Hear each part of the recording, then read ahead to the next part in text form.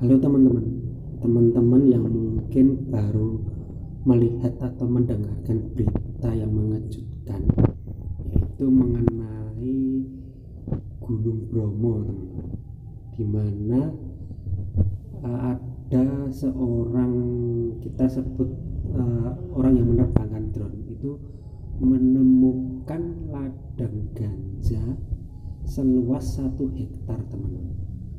Ini bisa dilihat sendiri untuk beritanya. Ini ada di banyak sekali media online, teman-teman.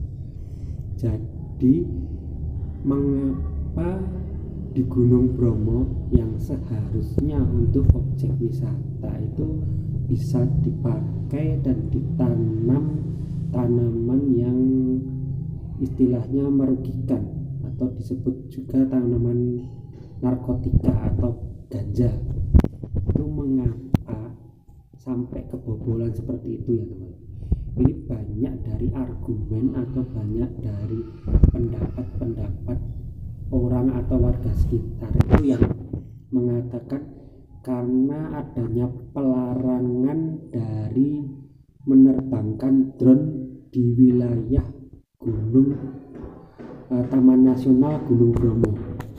Itu sumbernya itu banyak sekali dari media online, dan memang sih kalau kita pikir dari pelarangan untuk menerbangkan drone di Taman Nasional itu menjadi celah bagi para oknum-oknum nakal atau kita sebut orang-orang nakal atau mungkin kriminal untuk menanam atau membuat menanam atau memanen tanaman ganja atau narkotika di daerah yang tidak terawasi atau terjangkau oleh drone. Kemungkinan besar itu cara dari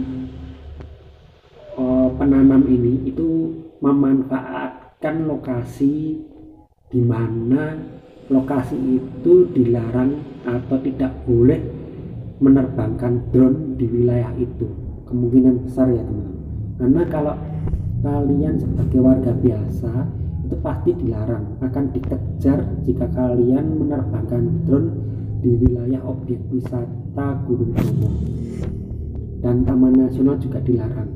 Tapi jika kalian membayar sejumlah uang tertentu, itu bisa menerbangkan, tapi di wilayah tertentu. Ini entah kenapa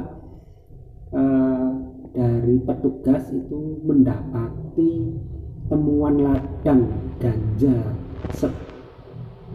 seluas 1 hektar itu dari drone yang diterbangkan oleh, mungkin kita sebut orang lah.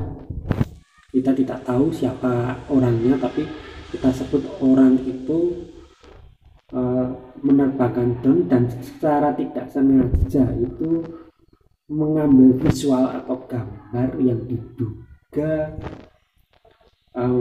merupakan tanaman ganja. Ini suatu kebetulan atau suatu apa kita tidak tahu, tapi karena menurut masyarakat sih, kalau bisa untuk menerbangkan drone di wilayah Taman Nasional Gunung Bromo itu dipermudah, dan dibayarnya, jika membayar juga tidak terlalu mahal, karena itu pun berfungsi untuk misal ada masyarakat yang menerbangkan, misal kita menemukan ladang ganja atau ladang kokain, itu bisa teridentifikasi lah, teman-teman. Masa seluruh rakyat itu nggak akan tahu kalau itu tanaman narkotika, kan harusnya tahu.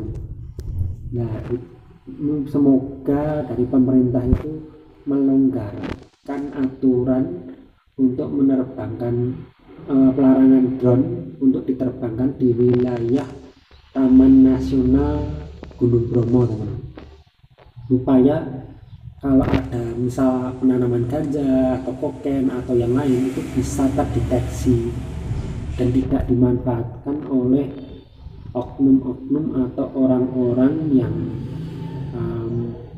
merasa dilindungi dari aturan pelarangan penerbangan drone di wilayah Taman Nasional Gunung Bromo. Ini menurut teman-teman gimana?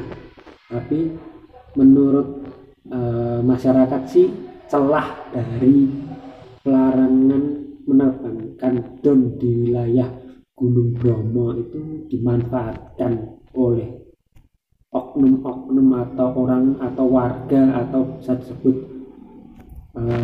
penanam ganja sebagai cara untuk melindungi dirinya agar tanaman atau mungkin cara-cara kotornya itu tidak terdeteksi oleh aparat.